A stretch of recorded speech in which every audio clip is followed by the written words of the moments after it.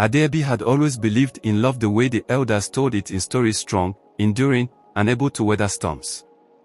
When she married Chuka, her heart had been full of hope. He was charming, quick to smile, and had a tongue dipped in honey. Their wedding in Enugu had been grand, with family and friends dancing under the broad canopy of palm trees. People said Adeobi and Chuka were the perfect couple. They laughed easily together, and Chuka often boasted to anyone who cared to listen that Adeobi was the most beautiful woman in the East. But as the months turned into years, cracks began to show.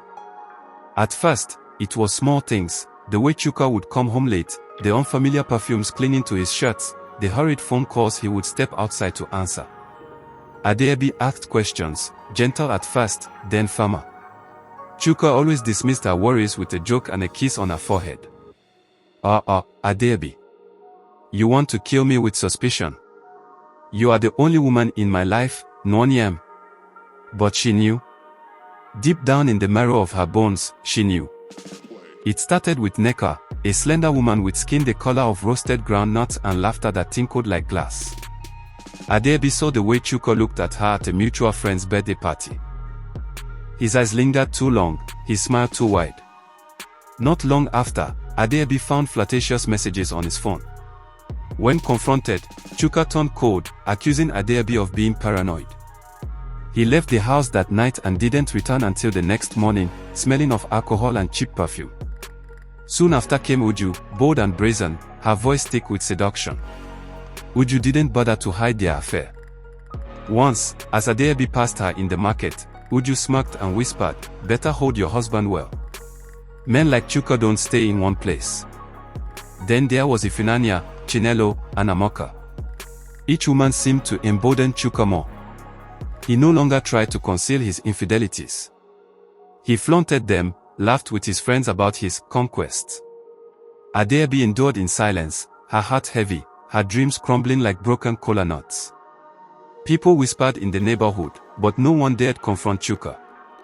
He was a man of stature, respected in their community, with influence stretching from the village to the city. Among all the side chicks, Amoka stood out the most. She was cunning, with eyes sharp as a razor blade and lips always curled in mischief. She wrapped herself around Chuka like a serpent, whispering things into his ears that twisted his mind. Chuka grew crueler under her influence, his laughter harsher, his words cutting. One evening, as the harmattan wind swept dust into the air and painted the skies orange, Amoka sat close to Chuka in his living room. Two other women, Uju and Chinelo, lounged nearby, sipping palm wine and laughing at some crude joke. Amoka leaned in, her voice low and syrupy. "You know, baby, Adeobi is holding you back. She's dead weight. You deserve better, someone who can give you excitement, not her boring village woman ways." Chuka chuckled darkly, his fingers trailing along Amoka's bare arm. "What do you suggest, my queen?" Amoka's eyes gleamed. "Surprise her. Take her somewhere nice. Blindfold her, make her think you're doing something romantic. Then, push her into the river. No one will know. We'll all be together and live free." Chuka burst into loud laughter, slapping his knee, his chest rising and falling with amusement. The other women joined in, their giggles echoing through the house like a flock of mockingbirds. For the next few days, Chuka was unusually kind to Adeobi. He brought her gifts, the bright wrapper from ABA, a set of coral beads, even her favorite puff-puff from the roadside seller. Adeobi's heart, fragile and bruised, softened again. Maybe her husband was changing. Maybe love still lived between them. One evening, as the sun dipped below the horizon, casting long shadows on the red earth, Chuka approached Adeobi with a smile. "Nwanyem, I have a surprise for you. Dress well. I want to take you somewhere special." Adeobi's heart fluttered. She wrapped herself in her finest ankara and adjusted her geli carefully in the mirror.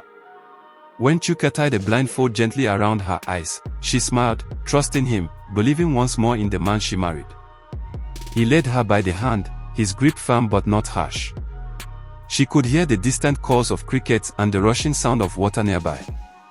Her heart pounded with excitement and curiosity. They stopped. The air was cooler here, the sound of the river rushing stronger. "Are we here?" Adeobi asked softly, a shy smile on her lips. Chuka didn't answer immediately. Behind him, Amoka and the other women stifled giggles, their eyes dancing with malicious glee. Chuka's lips curled into a sneer Adeobi couldn't see. Then, without warning, he shoved her hard. Adeobi stumbled forward, her feet slipping on the muddy bank. For a split second, confusion gripped her chest, and then her body plunged into the cold, dark water, the blindfold still tight around her eyes. Above her, she could faintly hear the sound of laughter, cruel, merciless laughter, as the current dragged her under. The water swallowed Adeobi whole, icy tendrils coiling around her limbs. Panic surged through her as she kicked and struggled, her breath burning in her chest. The blindfold clung to her face, making it impossible to see. Her mind spun, why? Why would Chuka do this? Her own husband, the man she had shared her life with. Above the water's surface, Chuka wiped his hands on his trousers and turned back towards Amoka and the others. Their laughter had softened into satisfied smirks, their eyes gleaming under the fading twilight. "That's it," Amoka said, sliding her arm into Chuka's. "You're free now." No more of her tears, no more of her quiet judging eyes. Just us. Chuka didn't say much. His face was calm, almost too calm, as if he had just swatted a fly instead of betraying the woman who had stood beside him for years. Together, the four of them sauntered back toward the car parked under the tall raffia palms, their chatter light and careless, as though they'd just left a party. Beneath the river's surface, Adeobi's hands finally found the knot of the blindfold. With trembling fingers, she tore it off and kicked upward, her lungs screaming for air. Her head broke the surface, gasping and sputtering.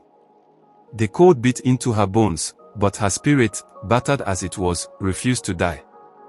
She clawed her way to the riverbank, her clothes heavy and dripping. Her breath came in ragged bursts as she lay on the red earth, staring at the darkening sky. Slowly, the pieces settled in her mind. Chuka had planned this. He had meant to kill her. A deep ache formed in her chest, but alongside it, something else sparked, something sharper, steadier. Resolve. By the time Adeobi dragged herself to her feet, the night had fully settled over the land. The village road was quiet, but her heart was no longer the same. The woman who staggered home that night, soaked and shivering, was not the same Adeobi who had trusted and waited patiently for love to return. For days, she disappeared from the eyes of the village. Chuka, feeling emboldened and unbothered, did not bother to ask questions. He told anyone who mentioned her absence that Adeobi had left of her own accord. His nights were filled with music, wine, and the company of Amoka and the others. Their laughter spilled into the streets, and their shadows danced long under the glow of kerosene lamps. But quietly, Adeobi planned. She went to her father's brother, Uncle Ebuka, a man known for his calm wisdom and deep ties in both the village council and the police in Enugu. At first, when she told him everything, he sat in silence, his eyes dark and thoughtful. Then, with a grim nod, he set things in motion. Weeks passed. Chuka grew more reckless. His business began to falter as he spent more time flaunting his affairs and less time managing his affairs. Debts piled up. Friends who once sat at his table began to avoid him. Rumors started to swirl with stories of how he treated Adeobi, stories of the night she vanished by the river. And then one morning, before the cock could crow, heavy knocks thundered on Chuka's compound gates. Men in uniform stood outside, their faces stern and unsmiling. Behind them, Uncle Ibuka stood quietly, his arms folded, his gaze cold as granite. Chuka stumbled out, disheveled and confused. "What is this? Who are you people?" "You are under arrest for attempted murder," one of the officers barked, pulling out a warrant. Before Chuka could react, cold iron snapped around his wrist. It was only when they dragged him to the station that he saw her. Adeobi stood there, her frame slimmer, her eyes fierce and steady as a storm that had found its calm center. There was no trace of the meekness he remembered. Her gaze met his, unwavering. "You tried to kill me, Chuka," she said quietly, her voice even. "But you failed." Chuka's mouth fell open, words dying on his tongue. Behind him, Amoka and the other women were dragged in too. The officers had gathered enough evidence, enough testimonies. Uncle Ibuka had made sure of that. As the sun rose over Enugu that morning, bright and golden, Adeobi turned and walked away from the station. Her steps were light, sure. She didn't look back. Adeobi's steps carried her through the bustling streets of the city with a new kind of quiet strength. The same roads that once echoed with her hurried errands, her trips to market, her silent prayers for a crumbling marriage, they now welcomed a woman reborn. The market women called out their wares, kiki drivers honked impatiently, and the scent of roasted plantain floated on the air, but Adeobi walked through it all as though she was wrapped in armor no one could see. She did not return to the house Chuka had once shared with her. Instead, she stayed with Uncle Ibuka's family in the heart of the village, where her cousins and aunts surrounded her with gentle care. Her father, long gone to the ancestors, and her mother, too weak in her old age, had always said blood was stronger than shame. Uncle Ibuka made sure she understood that now. No one in the family whispered against her. Instead, they sat beside her in long evenings under the mango trees, speaking softly and patiently, as if stitching her spirit back together word by word. Weeks turned to months. Chuka's case dragged on in court. His once proud name was now spoken with pity and disdain in the village. The community that once respected him turned their backs. His businesses crumbled faster now, creditors circled like hawks, and even Amoka and her cohort, sensing ruin, abandoned him. The very women who laughed at Adeobi's tears disappeared when Chuka had nothing left to offer. Adeobi, meanwhile, found new ground to stand on. With encouragement from Uncle Ibuka, she opened a small provision store by the roadside, Adeobi's Corner. It started with just the basics, gari, beans, Maggi cubes, kerosene. But her calm demeanor and fair dealing soon drew customers from far and wide. Within months, the store expanded. She added cloth, household items, even a grinding machine that made her compound hum with daily life. Women from across the village came to her not just for goods but for counsel. They'd sit on the wooden benches by the shop, fanning themselves and confiding in Adeobi. She listened without judgment, her smile soft but her words sharp and wise. Slowly, without her even trying, Adeobi became known as a woman of strength and dignity. They called her Adeobi Nwani Ike, Adeobi, the strong woman.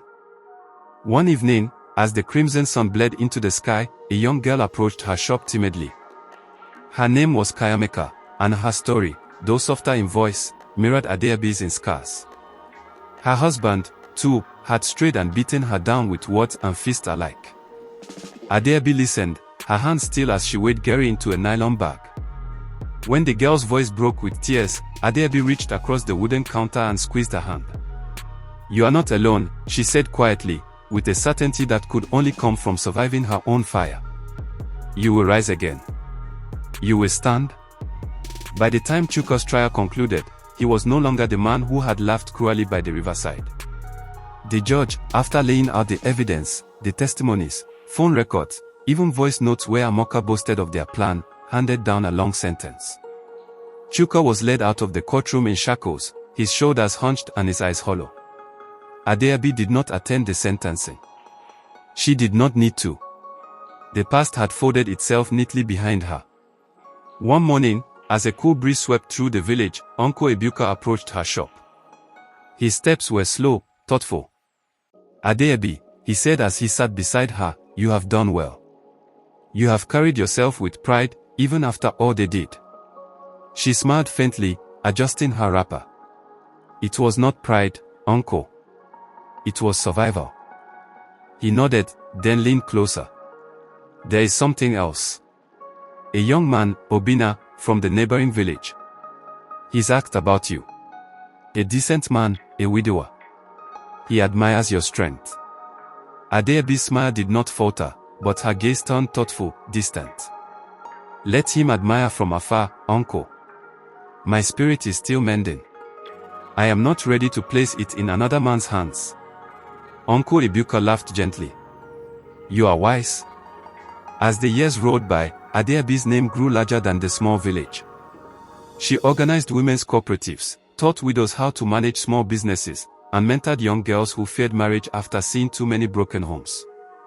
When women spoke of injustice, they pointed to Adeobi as proof that a woman's life did not end in betrayal or heartbreak. And those suitors came, some drawn by her beauty, others by her calm power. Adeabi remained alone, but never lonely. Her life, once bent under the weight of betrayal, stood tall and unwavering. On quiet evenings, she would sometimes sit by the river, not the same one Chuka had tried to drown her in, but a smaller stream near her home. She'd watch the water glide gently over stones and smile to herself. Because she knew now, rivers, no matter how deep or dark, could not drown a woman who had already learned how to breathe through pain. Years passed, and the seasons in the village rolled on steadily. Harmattan dust gave way to heavy rains, and dry season sunsets blazed orange before fading into cool, starry nights.